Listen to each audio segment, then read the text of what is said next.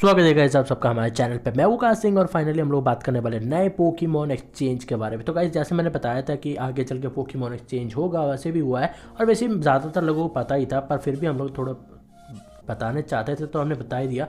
तो फाइनली आज हम देखने वाले कि कौन से पोकेमॉन आए और ऑनेस्टली बताता हूँ बहुत ही बेहतरीन पोकेमॉन आए। हम लोग अभी चलो बात करते हैं। सबसे पहले एलॉयसिस, और यह ना भी लो तो चलेगा क्योंकि आप वाइल्ड से पकड़ के इसे आराम से बना सकते हो। Same goes for the summer day Machamp. इसके बाद अच्छी है कि इसके पास एक R2 मूव है और ये नॉर्मल में ही आ जाता है आपके पास, कोई ज़रूरत नहीं R2 बनाने की, नॉर्मली आ जाता है। अगर इसका R2 मूव ज़्यादा बेहतर होता तो मैं ज़रूर रिकमेंड करता, जैसे कि 50% चांसेस टू बूस्ट अटैक, वो ज़्यादा बेहतर होता है रेदर देन डिफेंस -1 करने के। पर R2 मूव और ऊपर से फोकस एनर्जी और फोर्थ साइट एक बहुत ज़्यादा अच्छा कॉम्बिनेशन होगा। क्योंकि आपको नहीं पता तो बता दो, फोर्थ साइड से घोस्ट टाइप पोकेमॉन में फाइटिंग टाइप मूव्स और नॉर्मल टाइप मूव्स डैमेज लेते हैं, और फोकस एनर्जी ताकि क्रिटिकल हिट रेशियो आपका बढ़ जाए, ठीक है। और मैक्सिमम मूव आपकी क्रिटिकल हिट देते हैं और ये बहुत ज़्यादा अच्छा रहेगा। ऊपर से आपके पास एक क्रिटिकल हिट होल्ड आइटम भी होगा, तो ये बहुत ज़्यादा अच्छा बैठता है। फोर्ट्रेस की बात करें तो यहाँ से मत लेना, ये ऑफ सूट भी रहे या फिर सूट रहे, फोर्ट्रेस का काम ही एक ही होता है स्पाइक्स गिराना। और आज के ज़माने में ना कोई भी रियल प्लेयर फोर्ट्रेस यूज़ नहीं करता है। जिनकी टीम कंप्लीट नहीं होती वो ऑब्वियसली करते हैं, क्योंकि आप भाई टीम कंप्लीट नहीं हुई तो आपको कुछ पोकेमॉन चाहिए होते जो एडजस्ट कर पाए। उस जगह पे फोर्ट्रेस बहुत अच्छा काम करता है। पर इस फोर्ट्रेस के बाद को यहाँ पर आपको मेटल कट जैसे R2 मूव देखने को मिलेगा, प्लस आपको पॉइजन फैंग देखने को मिलेगा, जो 50% चांसेस होते हैं कि पॉइजन स्टेटस में डाल दो, और ये बहुत ही गंदा पॉइजन स्टेटस होता है, सेम एज टॉक्सिक जैसा ही होता है, ठीक है। पर 50% लिखा है, मेरा मानना ये है कि तकरीबन 70%, मतलब जितना बार भी ये यूज़ करो, मतलब मैंने देखा हुआ है कि ओपोनेंट पॉइजन स्टेटस में जाता ही है, बच रहा तो उसका कंपलसरी नहीं होता, मतलब बच नहीं पाएगा। मेरे को ऐसा लगता है कि ये डाला मतलब टॉक्सिक गिरेगा ही गिरेगा। बात करते हैं नए स्नोलेक्स की, तो वो तो बस सिंपल ही है, बस एक R2 मूव है जो क्रिटिकल हिट वाला देता है और टाइप के हिसाब से यूज़ कर सकते हो, पर वो वाटर एब्जॉर्ब के अगेंस्ट बहुत ज़्यादा गंदा होगा। ऊपर से ग्राउडॉन जैसे पोकेमॉन के अगेंस्ट बहुत ज़्यादा गंदा होगा। सेम गोज फॉर दिस पेंगोरू, क्योंकि ये भी कुछ ज़्यादा कुछ खास नहीं है। एबिलिटीज जैसे भी हो पाए, मूव्स थोड़े अच्छे होने चाहिए होते। और बात करें टाइप इफेक्टिवनेस की, तो ये सेम एज लुकारियो है, जैसे लुकारियो बना के लोग पछताते हैं, ये भी वैसे ही है, कुछ अलग नहीं है यहाँ पर। बस लुकारियो की बात यह है कि अडेप्टिबिलिटी के साथ वो बहुत ज़्यादा डैमेज दे सकता है, पर इतना भी खास नहीं होता लुकारियो। अगर अडेप्टिबिलिटी आपने दिया था, आपको पता होगा कितना गंदा आपका डिफेंस होता है, मतलब अटैक +2 और आपका किल खत्म। पर फिर भी लुकारियो थोड़ा ज़्यादा बेहतर होता है कंपेयर टू पेंगोरू। नॉर्मल वाला ज़्यादा बेहतर है पेंगोरू का, डार्क वाला शैडो एलिमिनेटर R2 में होता है। हेक्सरस की बात नहीं करेंगे, वो ज़्यादा कुछ काम का नहीं। हमने इससे पहले वाले पोकेमॉन्स की मैंने बात की थी। लूनाला, ये ठीक है, लूनालाल, ठीक है, लूनाला ये गाइस पोकेमॉन है, ये बहुत ज़्यादा बेहतर है। इसके पास मैजिक कोट है, वो भी इंटरनल में, आपको बाहर से लेने की जरूरत नहीं है। और इसका जो ये मून, ठीक है, मून साइट या फिर जो बीम है, ये बहुत ज़्यादा बेहतर है। ये एबिलिटीज़ नेगलेक्ट करता है। अगर किसी के पास एबिलिटी हो कि उसे 1 हिट नॉकआउट नहीं किया जा सकता, ये उसे 1 हिट नॉकआउट करेगा। अगर किसी पोकेमॉन के पास अनअवेयर एबिलिटी है तो ये नज़रअंदाज करके उसे नॉर्मल डैमेज देगा, जितना दिया जाता है वैसे ही देगा। अटैक बूस्ट आपके काउंट होंगे, तो ये बहुत ज़्यादा अच्छा पोकेमॉन है। सेम गोस वो सलग्यालियो, दोनों एक दूसरे जैसे ही है, सेम टू सेम पोकेमॉन है, same to same abilities hold करते हैं और काइंड ऑफ सेम मूव्स भी होते हैं। जैसे उसके पास वो बीम था, वैसे इसके पास सेंट्रल स्ट्राइक है। और ये रहा एंथरनाटस, या फिर जो इस पोकेमॉन का नाम है, ये भी बहुत ज़्यादा बेहतर है। आप सबको पता ही होगा कि इसके पास मोल्ड ब्रेकर एबिलिटी होता है और स्पेशल अटैक यूज़र के लिए बहुत ज़्यादा इंपॉर्टेंट पोकेमॉन। अगर आपके सूट में आता है तो फायर या फिर पॉइजन सूट में आता है, तो ये पोकेमॉन बहुत ज़्यादा बेहतर है। ऑनेस्टली बताता हूँ, अगर मैं स्पेशल अटैक यूज़र हूँ तो मैं ज़रूर इस पोकेमॉन अपनी टीम में रखता, क्योंकि आपके पास एक डार्क मैटर जैसा मूव है, प्लस आप R2 मूव बहुत ज़्यादा खतरनाक है। तो अगर मैं एक स्पेशल अटैक यूज़र होता, ये पोकेमॉन मेरी टीम में होता। लुक्स पे जज नहीं करते हैं, मूव्स और एबिलिटी पोकेमॉन को ज़्यादा खतरनाक बताते हैं, और ये सारी चीज़ें उस पोकेमॉन में थी।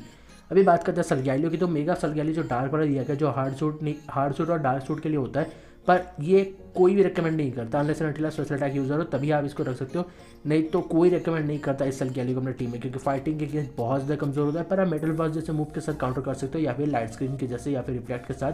पर फिर भी अगर आपको रखना है ये सलग्यालियो तो नॉर्मल रख सकते हो, पर अगर स्पेशल अटैक यूज़र हो तो आपके पास ऑप्शन नहीं है। अभी बात कर देंगे दूसरे लूनाला की, वो तो नॉर्मल वाला था। पर यहाँ पर ये एंथरनाटस, इसके स्टेटस हम दिखाते हैं आपको, बहुत ज़्यादा हाई होते हैं। जितने भी नए पोकेमॉन्स आए हैं सारे के सारे स्टेटस बहुत ज़्यादा है, और ये अच्छी बात है। मतलब ज़्यादा स्टेटस मतलब ज़्यादा पावर मतलब ज़्यादा डोमिनेट पोकेमॉन, और वर्ल्ड वगैरह में नहीं का राज होता है। जितने भी देख लो, ज़ैगियार्ड का भी जितना ज़्यादा स्टेटस है उतने ज़्यादा वो फेमस है, उतना ज़्यादा उसका यूज़ होता है, और उतना ज़्यादा खतरनाक भी वो पोकेमॉन है। Same goals for this also. अब यहाँ पर ये डेविल वाला पोकेमॉन, इसकी बहुत अच्छी बात है। तो यहाँ पर एक चीज़ बताओ गाइस, कई लोग पूछेंगे भाई इसके लिए होल्ड आइटम क्या सही होगा, या फिर टाइप किसके अगेंस्ट कमज़ोर है, तो फेरी के अगेंस्ट बहुत ज़्यादा कमज़ोर है। पर अगर आप टाइप के हिसाब से बात करो तो इसका आटो मूव बहुत सही है, पर इतना भी खास नहीं है।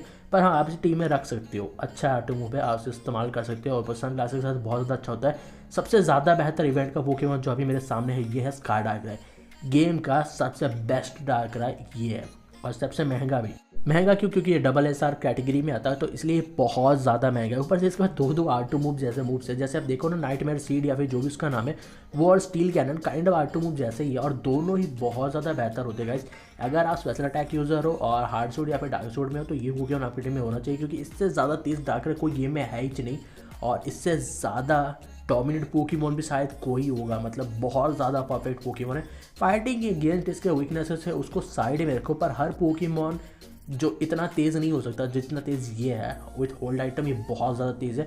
शायद आगे चल के हम आपको दिखाएंगे भी सारे डार्कराय मतलब सारे डार्कराय से ये कितना ज़्यादा तेज़ है और दोनों में क्या मतलब सारे में क्या क्या डिफरेंसेस है। पर सच बताऊँ ना, डार्कराय रखने का मेरा जो पहला मोटो होगा वो होगा स्टिकी वेव का। यही मेरे को चाहिए। मेरे को अननॉब से कोई मतलब नहीं है, मेरे को डार्क वॉर्ड से मतलब नहीं है, मेरे को स्टिकी वेव से मतलब है। क्योंकि भाई देखो, अगर आप बहुत ज़्यादा तेज़ होते हो ना, पर एक डार्कराय एक स्टिकी वेव वहीं पर खेल बदल देता है। और आप हर बार फोर्ट्रेस तो रख नहीं सकते टीम में, नीदर आप डिफॉग हैंडल कर सकते हो, क्योंकि आपके बहुत कम ऐसे पोकेमॉन्स होते हैं जो हार्ड सूट में डिफॉग रख सकते हो।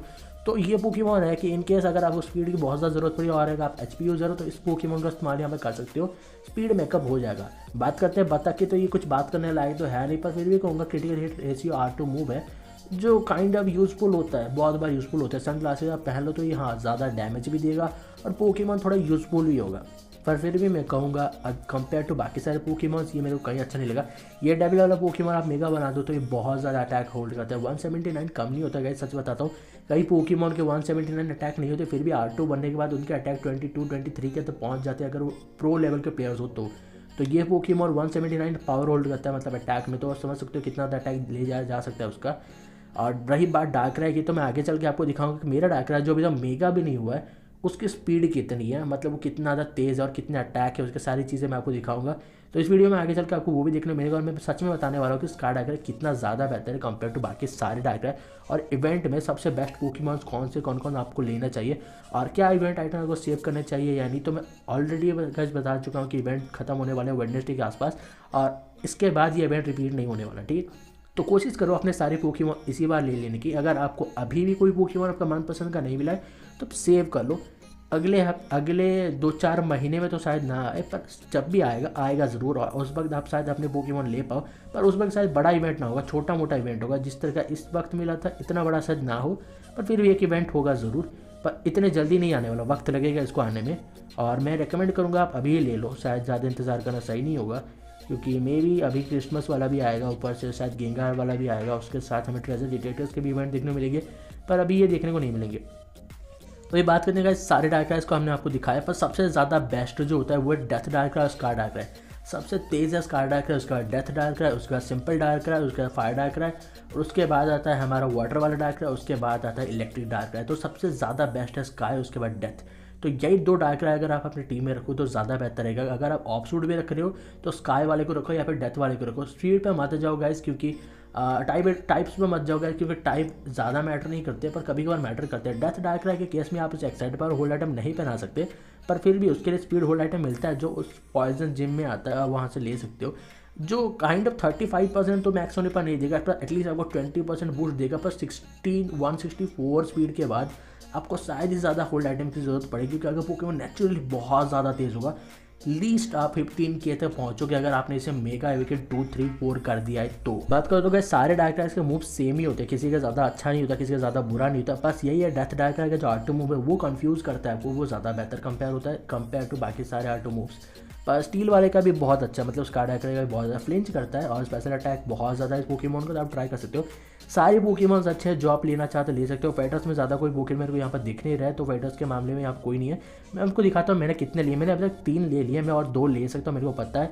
एंड ऑफ द इवेंट मेरे पास उतने होंगे और मैं मेगा विकेट 1 कर पाऊंगा। और ये है मेरा डार्कराय जो सिंपल लिया, अभी नॉर्मल भी, अभी मैंने इसे मेगा नहीं किया पर इतना पहुँच चुका। फ्रेंडशिप हाँ मैंने किए हैं, और बस ये 5 स्टार, ठीक है 5 स्टार नहीं किया मैंने, 4 स्टार किया और ऑरेंज +2 किया है। और इतने में मैं जानता हूँ अगर मैं मतलब +4 कर देता हूँ तो तकरीबन 13 का स्पीड होगा।